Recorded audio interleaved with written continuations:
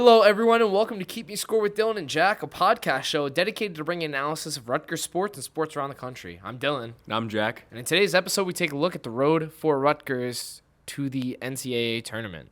So, obviously, last night, the Rutgers men's basketball team with a heartbreaking loss to Wisconsin. I know Jack saw, we were both at Jersey Mike's Arena for the game. I was calling it for WRSU. It was a tragedy, you could say. It was a tragedy. This team... They could make a movie about this team, and Hollywood would say, that script is not real, I'm not buying it. Because this team, they went from preseason being like, oh, they could be ranked this year, to 2 months in, we're not making the tournament, to 3 weeks ago, we're a lock for the tournament, to now, we have no idea what's going to happen. They have 2 regular season games left. They have Indiana on Wednesday. They have Penn State on Sunday, and they probably got to win them both. Jack, I'll divert to you here, but...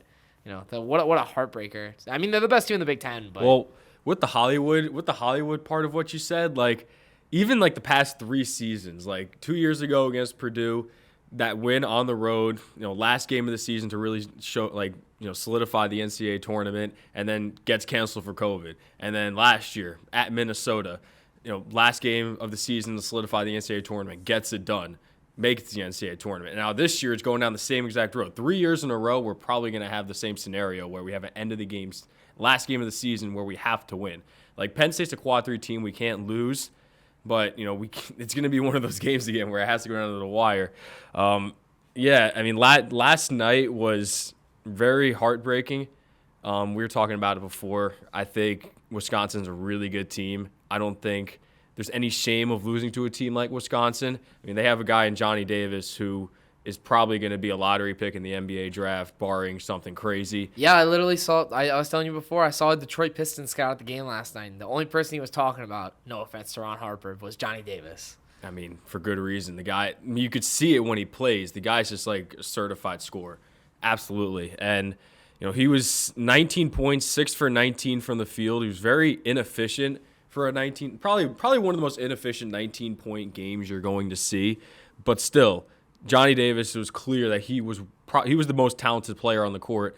And, it took a really special defender to hold him to these type of numbers, because Johnny Davis could easily go on for 35 points last night if it wasn't for the efforts of one Caleb McConnell. He has to be Big Ten Defensive Player of the Year. I don't Even though they lost last night, it was so obvious that Johnny Davis was off because of Caleb. His defense is unmatched. He jumped into the second row to get a steal. Yeah. That was pretty impressive. I can't say enough good things about Caleb McConnell on defense. He's, I think, the front runner for Big Ten Defensive Player of the Year. I got to pull it up real quick. Caleb McConnell is so far ahead of everyone else in the steals category. It's literally unfair. He almost has double the amount of steals as second place, and even without steals, you could see the impact he makes on the defensive end, game in and game out. It's unreal. Caleb McConnell, 65 steals this year. Chase Audige Northwestern second with 37. Yeah, it's really ridiculous. But, I mean, games like this, obviously, Wisconsin is the best team in the Big Ten, and there's maybe no shame in losing to them. But games like this are why you can't lose to Penn State in the middle of January, and you can't drop 2 games in a row to Minnesota, who had 7 scholarship players, and Maryland. And you can't lose to Northwestern when you go down 25. And you especially can't lose to DePaul, Lafayette, and UMass in November. This team, 2 weeks ago, I would have said that no one in the country could have beat them. And now, I mean, they don't particularly look like an NCAA team in their past 3 games. I mean, one of them was obviously against Purdue, who could very reasonably win the national championship. But you lose to a bubble team like Michigan. They didn't particularly play well in that game either. And then this game, you needed one of those. You needed maybe one of them. And now you got to win 2. And maybe even then, with the losses we have, you might have to win a game in the Big Ten tournament, which should be against a lower seed, judging on where we are now. But still, it seems like we've beaten and lost to pretty much every team in the Big Ten. It's life in the Big Ten. I mean, you might win 4 games in a row, and you might 3 games or lose 3 games in a row as easy as you won those 4 games in a row. We were talking about before, Dylan, at Purdue, in that environment, I saw it firsthand. I witnessed it firsthand. That is one of the toughest environments you're going to go into and try to win a game against That's before I talk about how Purdue's number 5 in the country, number 4 in the country. How was Mackey Arena compared to like Jersey Mike's? Did you say was it better? Yeah, you could say it. You could say it. It was. It's all right. Are You Ride Squad? I'm sorry, like love all you guys, but even Ryan O'Connor said it himself. Mackey Arena is the standard. Like that arena was insane. Like everything about it. Like it reminded me a lot about Madison Square Garden. Wow. Like that's a big comparison. Not even like the aura of Madison Square Garden. I'm talking about like the way it was configured and like, its roof and then like the outside, the exterior of it. It just reminded me a lot of MSG, but really historic venue and really something that every college basketball fan has to go see. And that's before I say the Purdue's like the 4th best team in the country. So with like multiple future NBA players. Yeah, one bona fide NBA player and Travion Williams, who comes off the bench but still is probably the 2nd best player on that team. Zach Edey, who's I was gonna say you can't tell me Zach Edey's not. He's 7'4". Zach Edey's like 1 billion feet tall. It's so hard to guard. He made Cliff look like a guard. Yeah, it was ridiculous. Like Cliff is like a great defender and he's 6'11", so obviously like he's taller than pretty much everyone he plays. But Zach Edey made him look like. But then Cliff Amore also made Zach Edey look like he shouldn't even belong on the court on one of those dunk plays. Was insane. Insane. That dunk was insane. Cliff Amore made fun of Zach Edey basically on that dunk. Ron Harper Jr. doing the cross sign. I mean, it was insane. Like one of the most insane dunks I've seen. I was jumping out of my chair like this when that happened. It was that was wild. But all that to say, there's no shame in losing to a great team like Purdue on their home floor like that. No shame in losing to a team like Wisconsin. I left that game. I was mad. I mean, of course, you don't want to lose a game late in the season like this on your home floor. Rutgers is now 31-4 over the past 3 seasons when fans are in attendance. Incredible stuff. 31-4, and Wisconsin was the 4th loss, unfortunately, in that sequence. Of course, not something you want to have, but Wisconsin, we both agree, great team. It's the one in the middle. It's the one in the middle that happened on Wednesday night at Michigan. 71-62 loss. That's the one that gets me. And I might put out an article on the Targum. I'm definitely putting out an article, my 5 most favorite games of the year after the season. I might have to put out my 5 least favorite games of the season. And this one's clocking in at number 2 if I do make that article. Really? Number two? Number 2. I'm guessing after Lafayette. No, actually not. Wow. Minnesota. That's number 1. Okay. That's number 1. Okay. But no, if I ever put out that article, I have to keep the rest article of the list. Possibly incoming soon. Possibly. But the best games is definitely going to come out. Anyway, at Michigan, that was a gut-wrenching one because that was a golden opportunity to pick up a quad 1 win because the net and the NCAA don't care that Juwan Howard decided to fight Greg Gard or Moussa Diabate decided to fight people or again. Yeah. After he did it at Jersey Mike's Arena early in the season. They don't care about that. And that was a golden opportunity to pick up a quad 1 win with a team that was undermanned, and we just blew it. And that's a really hard one to stomach. But like you said, Dylan, it's not over.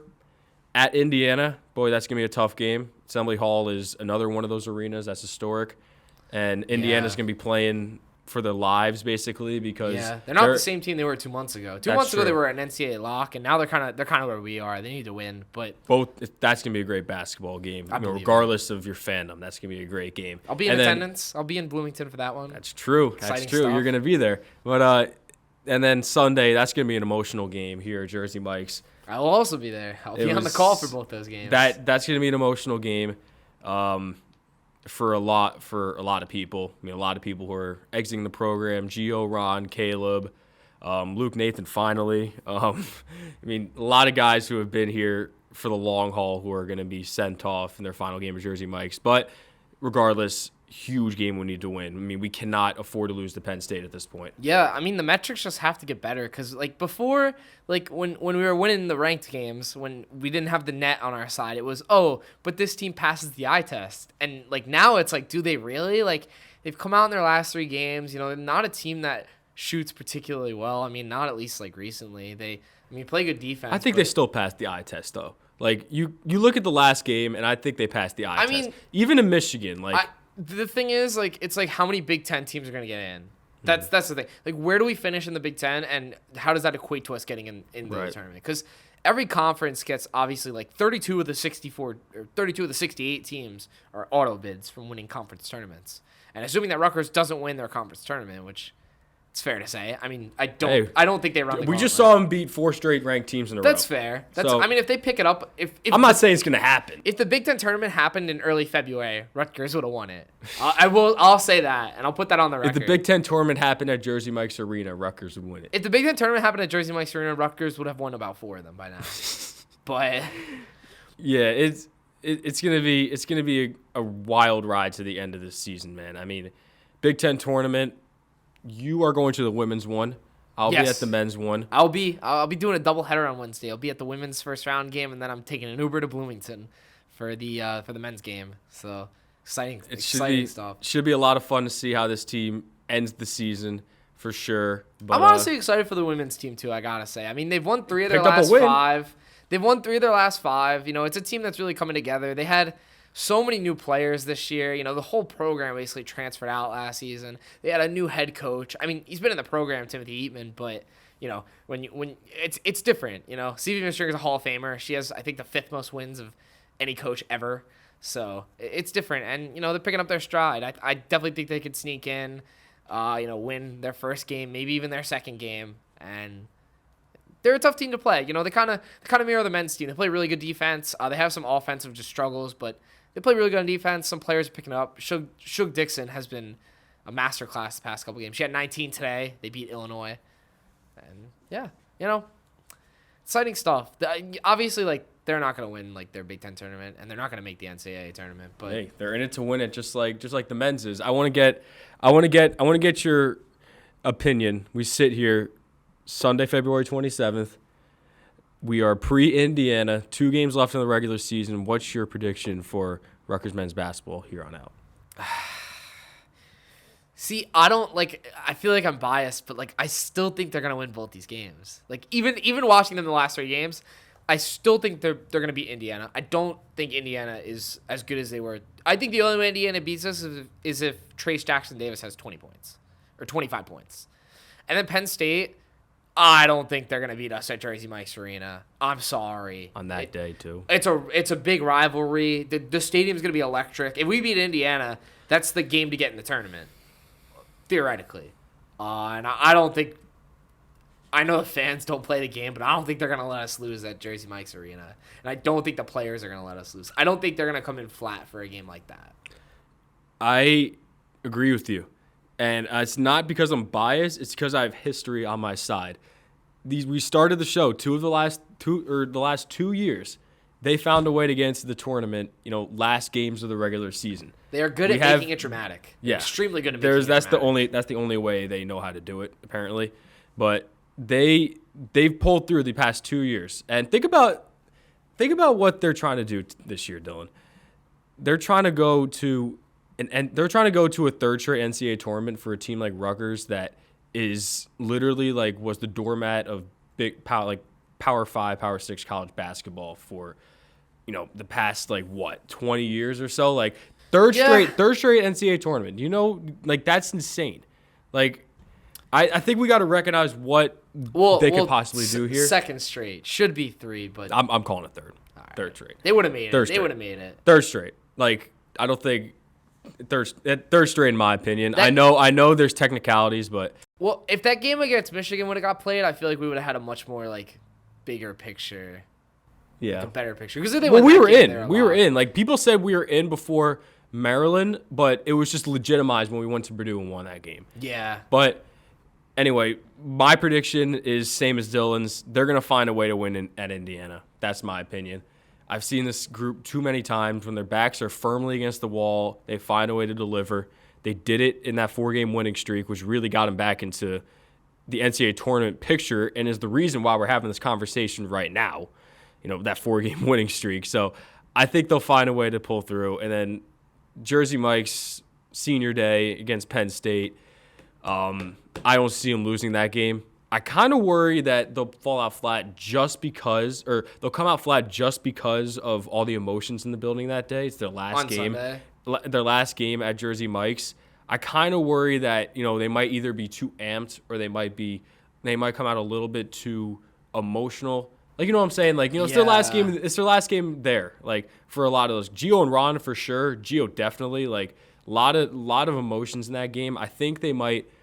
I wouldn't be surprised if they came out a little bit flat to start that game, but I do think they're going to win that game. I don't. You know what I'm saying? I think it'll. Yeah. I think there's a possibility to come out flat, but at the same time, they're not going to lose that game, in my opinion. And then if we're sitting here next week at this time and we still need one more win in the Big Ten tournament to really solidify ourselves, I think they win that game too. I mean, I'm sitting on history right now. These past 2 years, they've done what they needed to do to get into the tournament, and it's the same group of guys. So I don't see any reason why they can't do it. And it's against winnable opponents. We're not telling them, hey, go into Mackey Arena against number 5 Purdue and win a game. That's already happened already. We're not telling them, hey, go into the Breslin Center and beat Michigan State. Like, these are winnable games. Assembly Hall is a historic venue, but it's not Mackey and Purdue. It's it's Assembly Hall in Indiana. It's a different type of They are both in Indiana. Yeah. It's West Lafayette in Indiana. Yeah. So Indiana's not nearly the team Purdue is, and Penn State is not the team that they are. And I think Rutgers learned a lot from that game on January 11th. So yeah, I'm picking Rutgers to find a way into the tournament. I'd have to agree, but this program, man, like after this season, it's gonna look so different. Stay tuned. We have an article coming out on that. We do. This podcast has been like half like Rutgers basketball and half, hey, we're gonna do this. So why don't you stay tuned? Hey, it's the inaugural like film podcast. So. That is true. This is the first one we're doing on video with our great video editor Chris helping us out. Much appreciated. Yeah. But seriously, like it's two great. I mean, Gio is, in my opinion, a top 15 player all time in this program, maybe top 10. I really do believe that, and it's gonna be like seeing him gone, seeing Ron gone. Caleb's a senior too; he'll be gone. It's a lot. As our writer Ellis Gordon said, Gio Baker's legacy is not the stats. Like he got honored with the 1,500 point ball or whatever they gave him against Illinois. But, like, that's not his legacy. Like, as Ellis said in his article, look it up, Gio Baker, Leadership Exemplified. That was the name of the article. He said in the article that, Gio Baker's legacy is not points. It's going to be his ability or his influence on changing the culture of the program and changing the stature of the program, changing the expectations of the program, instituting a winning culture. And I really do believe in that. I mean, Rutgers fans can't thank the kid enough for everything that he's done. Yeah, he's kind of like reflected the growth of the program too. Like as he's gotten better, like it seems like the program's really like stepped up. Like he was a different team when he was a freshman, and it was Corey Sanders' team, but it's been his team for a couple of years. And I just I think Peichel is a great coach, but we're going to have to see how he recruits and how he handles the transfer portal. That's been the main criticism of Pike, too, his ability to recruit. Yeah. I mean, this offseason, it was, are we going to get John Harrar? Are we going to get Paulie Pollicap? And we didn't get either. Got Andre Hyatt. Andre Hyatt. He has been good, though. He has. You know what? He doesn't play a lot of minutes, but his minutes are very efficient. And then, obviously, Ralph Gonzalez-Agee, who hasn't really seen the floor since the beginning of the season. He was kind of a dud. Yeah. The thing with Peichel last year in the transfer portal, he wasn't looking for game-changing guys. He was looking for guys that would fit in his system. I don't know if that's going to change moving into next year when you have your two best players leaving the program. I don't know. Like, it's going to be really interesting to see how he approaches the transfer portal compared to last year. Because you could say, like, okay, this is why. Like, I could agree with Peichel saying doing what he did last year based on the team that he's going back. He probably knew that Gio and Ron were going to come back. This year, completely different situation. So it's going to be really interesting to see how he approaches it, and it's going to be really consequential to see how he approaches it because any recruit that you're going to bring in. I mean, they got Derek Simpson coming in. That's the main guy in 2022. He's not going to be completely ready, obviously, to compete in Big Ten basketball. So really, the backbone of the backbone of Rutgers basketball, at least next year, is going to be built through the transfer portal. It's going to be really interesting to see. For sure. How are we doing on time?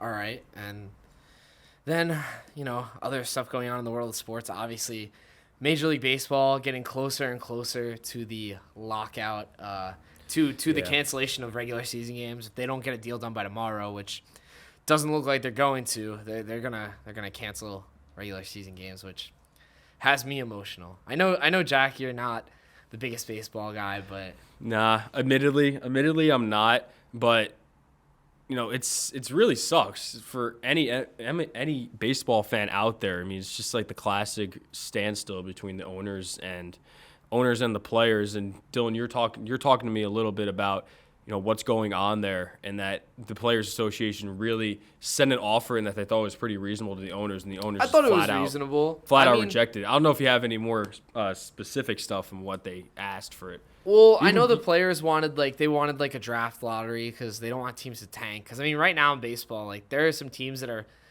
their whole payroll is like $30 million, and then you have some guys on the best teams who are making $30 million a year, and they pay $30 million, they win like 40 games.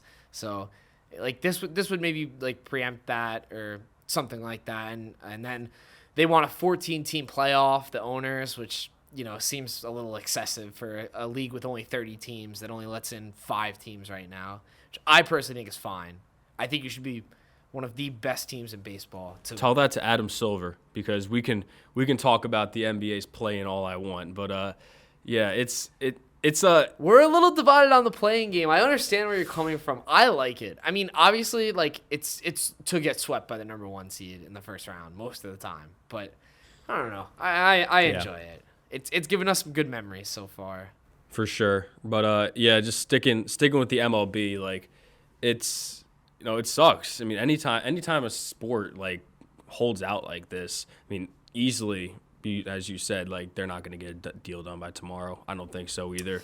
No. I know how these type of things work, and if you're so far apart on something right now, there's no way you're going to be able to get no way you're going to get a deal done by Monday. But real possibility of games being postponed and games being canceled for the second time in 3 years for the MLB, right? Because COVID really put a damper. Yeah, they had a 60-game schedule. 60-game schedule in 2020, real season last year, and then second time in 3 years where you're not gonna have a full 162-game schedule. I mean, there's a lot of arguments on the 162-game schedule, but the reality is that's gonna be a lot of lost money for the owners. And how long will the owners hold out and lose money on these games while they're negotiating? Will be interesting to see, because all we know is that owners, they're in it for the money. So yeah, absolutely. Hopefully we'll get maybe 140, 130 games, but we're gonna have to see. And I think that's gonna do it for us. So Jack, if you want to do the outro.